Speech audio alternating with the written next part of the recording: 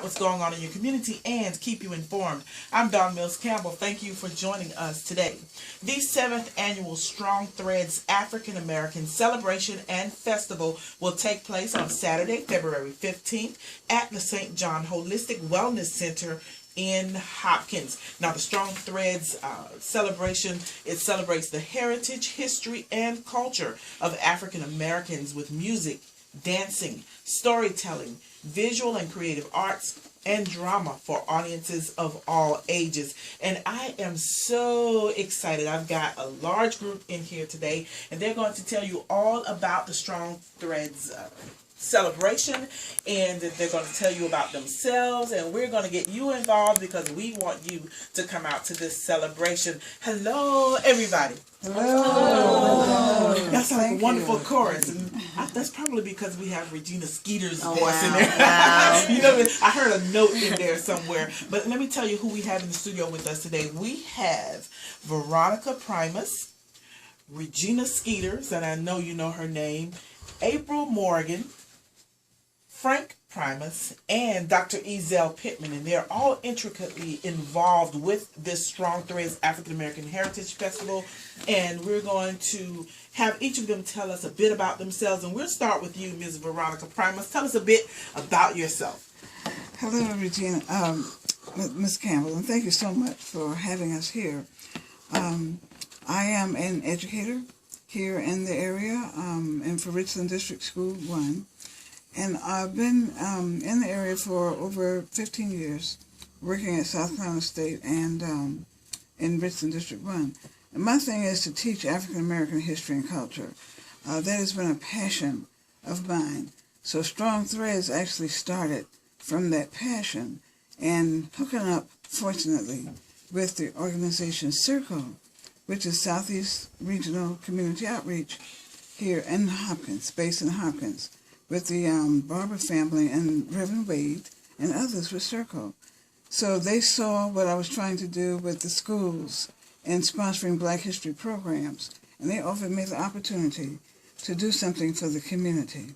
And that's how we started 7 years ago. All right, wonderful. Regina Skeets. My name is Regina Skeets. As you said before, I'm a kindergarten teacher at the Imagine Columbia Leadership Academy. I'm also a gospel recording artist, an actress, and I am elated to be a part of the Strong Threads Festival again, you know, celebrating history and just all different types of great things. I'm just glad to be a part, and I'll also be the MC. Oh, wonderful, wonderful. April Morgan, tell us a bit about yourself. Hello, my name is April Morgan, and I am an educator for Richland 1 School District. I teach at Hopkins Middle School, and I've been a participant, co-coordinator, and had a wonderful time with Strong Threads over the past 7 years, and I'll be there on the 15th and looking forward to it. Wonderful. Frank Primus. Yes, good afternoon, ladies and gentlemen. Frank Barber, I'm so sorry. Frank Barber. No. If you would. Frank Mobley? Okay, Frank Mobley. Mobley. Help me. All right, thank you. Yes, I'm very glad to be on board with this program. I started about 3 years ago, and I found out that it was really something that we all could benefit from by going back and learning more about Black American history. And so my thing with the program now is to lecture and illustrate and demonstrate how American families, African American families, once lived and earned a living, and the tools. I have quite a collection of tools that I will be demonstrating on the 15th. So I'm very happy to be on board with this program. All right, very good. Now, Dr. Ezell Pittman, I think you're a newbie to the Strong Threads Festival. Tell us what it is that you do. Hello. Thank you for inviting me. Yes, I am new. I just learned about Strong Threads through a friend of mine that I went to undergraduate school at Florida A&M in Tallahassee. It's an opportunity to mention FAMU. Yeah. But anyway, I got in contact with them because I just wrote a book. And the title of my book is From This Road. I talk about my growing up in the Panhandle of Florida, and I talk about various African American places that I've I've taken groups for the last 21 years throughout the United States. And I will have this book available at the Strong Threads Festival, and I look forward to seeing you there. Wonderful. I tell you, it's going to be a wonderful event. And I think it's wonderful that we kick off Black History Month here on I-95 with the Strong Threads Festival, because I even like the title of it, Strong Threads. It just gives me that feeling that we are a strong community.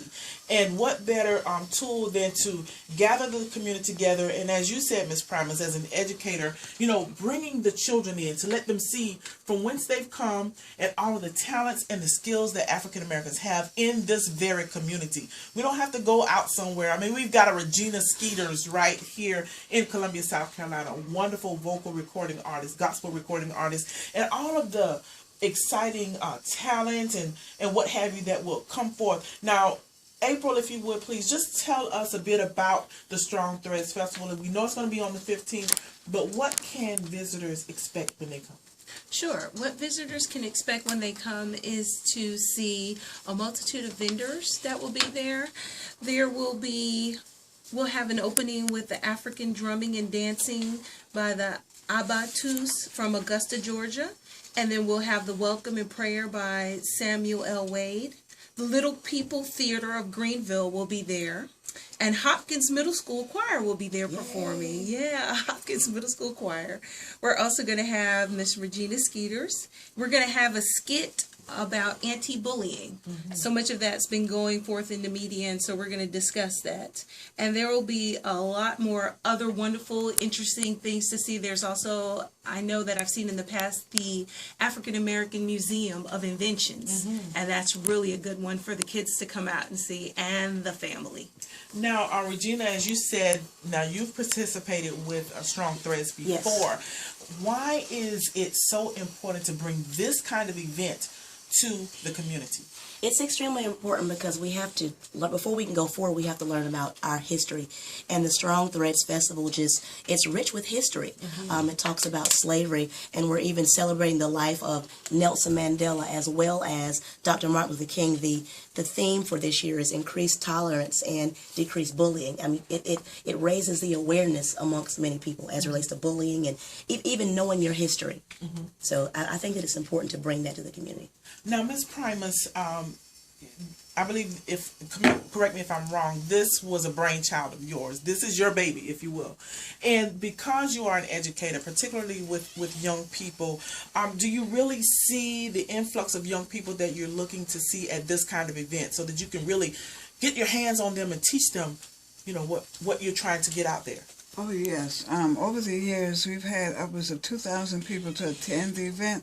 Previously, it has been held on the grounds of the Harriet Barber House in Hopkins. And for those who are not familiar, the Harriet Barber House is one of the few remaining homes built by former slaves. And the family kept it in the family. This is one slave, Samuel Barber, ex-slave, who received his 40 acres and a mule. So when I heard about that, it was no question. We have to celebrate our culture there, because in the community of Hopkins, Samuel Barber and his family, they built a community. He built the school, he built the church, he built the water system, he built Hopkins. And so we tend to forget these things because they're not in the history books. It's only by families telling each other and by word of mouth. And the Barber family have done an extraordinary job preserving this property and building this legacy. So out of the 2,000 people, half of them are usually children, because we especially want families to come out and learn. So every year has been a different theme to emphasize our culture and heritage. And people I know all over the community, all over the state, look forward to the event every year, because we try to make it as educational as it can be, but fun also. And when you talk about fun, you have so many vendors who are joining you.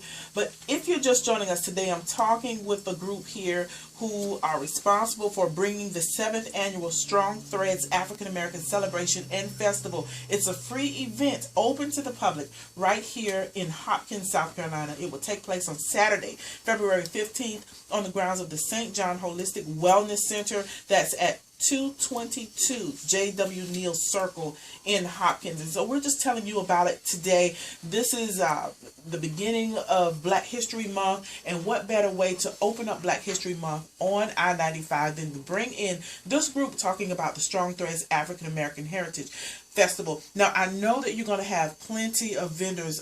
April, if you will, tell us about some of the vendors. And if I understand, Mr. Mobley, you are one of the vendors as well. Yes. All right, we'll get to you, and I want to know more about what it is you do. But April, I understand that you're still open for vendors. Yes, we're still open for vendors. That information is on our Facebook page. And also you can call 803-261-5596 for vendor information.